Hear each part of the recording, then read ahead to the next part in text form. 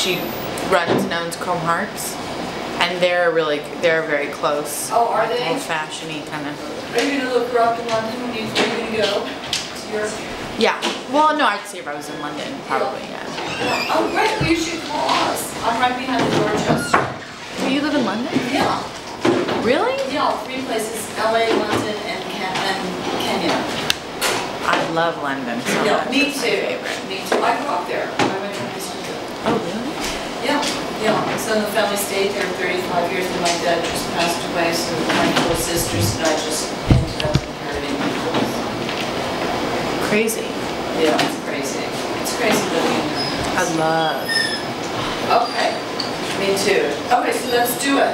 Okay. So, question. Were you familiar with the novel The Killer Inside Me by Jim Thompson before you were offered the role of Amy? No, I was not familiar with it at all. I'd like to say that I was. I'd also like to one day be able to say that I was a literature major, but I wasn't. No, actually, I was told what a sort of influential novel it was for the time, and how it's kind of this remarkable piece of literature.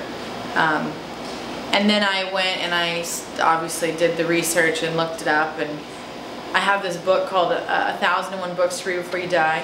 Oh. And I was like, if it's so great, then it will be in this book. And sure enough, there it was.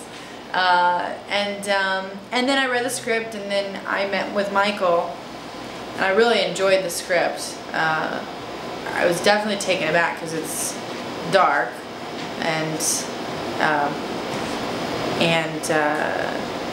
gruesome. And when I met with Michael, I said, should I read the book? And he was like, no need to read the book. And then like a week before I started, I went, I gotta start reading the book. And I started, and I didn't finish it yet because I felt like I'd be guilty. I'd feel guilty if I read the whole thing. Well, that brings me to the other question, which is, you've seen the other novels, though, Getaway, The Grifters, and in some ways you're following in the footsteps of Annette Bening and Ally McGraw, choosing these pivotal roles. And I was wondering, what's so interesting about this role for you? But when I read it, I felt like this is a really interesting example of like taking, well, for me, I think just in terms of how I personally connected to the character when I read it was that this, I believe that she's quite fragile, and you know, she loves huge, and yet underneath that is this girl who's quite, you know, open to abuse and needing something from that type of relationship, sort of abusive kind of relationship of not getting everything that she needs out of love. And for some strange reason I could respond to that. And I thought also in terms of how you perceive somebody like Amy Stanton's character and what she is, which is this sort of school teacher who's this sort of cheery, happy, perfect girl of the time that has everything put together and comes from a good family, and underneath all of it is this, you know, very, you know, desperate woman to be loved by this man and to get that kind of love. I don't know, I just find it really, really interesting in terms of the story too. Then of course, well, we can't give it away, but you know, You get to... well, I get to die. And you murdered, this is your first time doing a First death scene, yeah. And I know you were preparing for that and really interested in doing that. I was nervous about, I was really nervous about the dying. Only because it's like the one thing you can't really connect to. You know, cinematically you can watch things and you can compare and sort of, okay, well, that was a great death scene because it felt so realistic. And when you're doing it, you're actually going, what the fuck am I doing? You're like sitting there asking yourself, I don't know how to die. And but I figure, you know, there's an element of it that was, it's actually it's really actually bizarre, because you're thinking about what it's going to feel like when you die, and are you confused, and are you in that state, like how's your brain functioning, like you start thinking about all these things. It's not so easy, kind of not so much fun.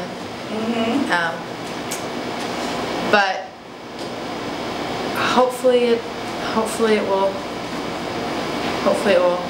turn out all right. And how was it working with Michael? Does he give direction? Does he have a more European sensibility? Michael.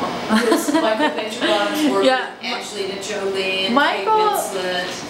Michael, I feel like, he moves things along very quickly. I love how it's a very, very closed set. So, there's not very many people in a room. Normally you'll have 20 people in a room. Here you have 4.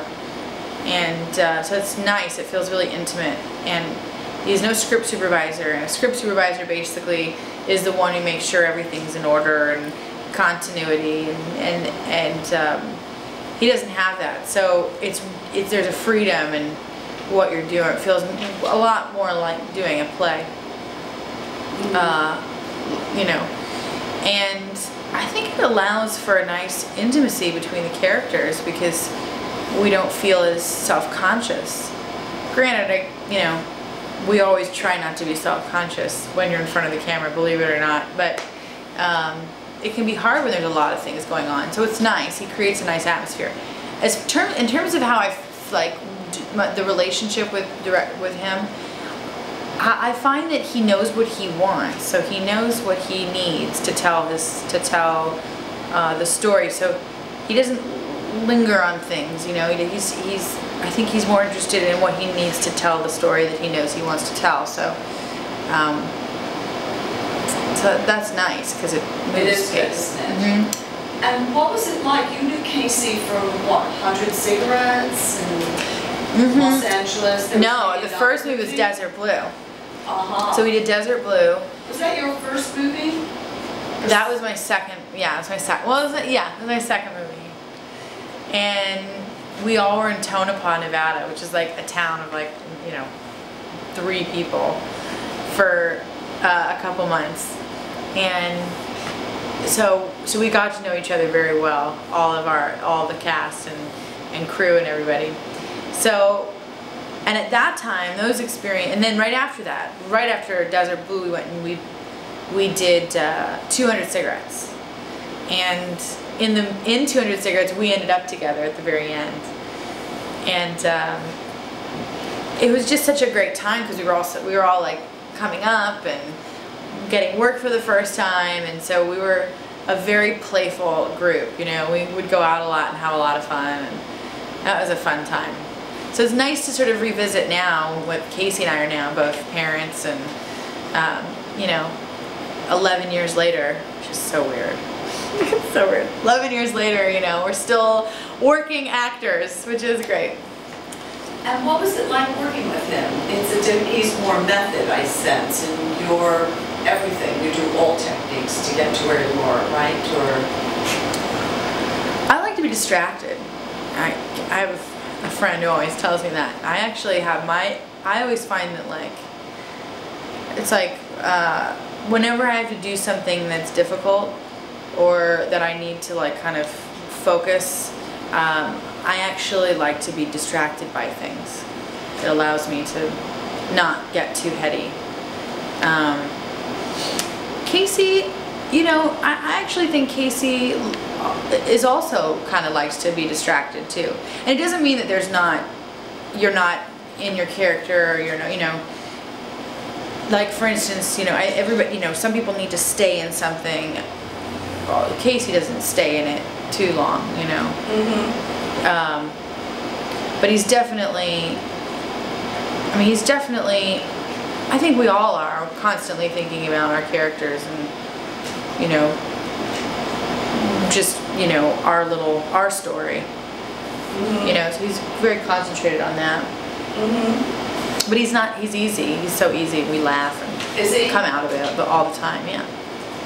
And what was it like also when it came to like the most difficult sort of sexually provocative moments with? I mean, this is Was a he first for all right? me. Yeah, but that's what, thank God we've known each other for so long, because, I mean, I'm doing things in this movie I haven't done before, quite a few, like getting spanked. And I was sitting there going like, oh my God, I can't believe I'm actually doing this. Because it's quite graphic. But doing it with Casey in like closed set is makes it more comfortable, you know. Right. But what was your question? Just really, how did you manage to do the sexuality with him? Was he comfortable? Was he helpful? Yeah, I think that always when you're doing these scenes, you know, you have to, you know, you have to feel a level of intimacy with the person to make you feel comfortable. And I'm sure that there's been circumstances where people have really not liked people that they've had to do those things with, and that's got to be really, really not fun. Whereas in this case, you know, he would, you know, you're so respectful of the other person, and, you know, everything is very much sort of laid out, and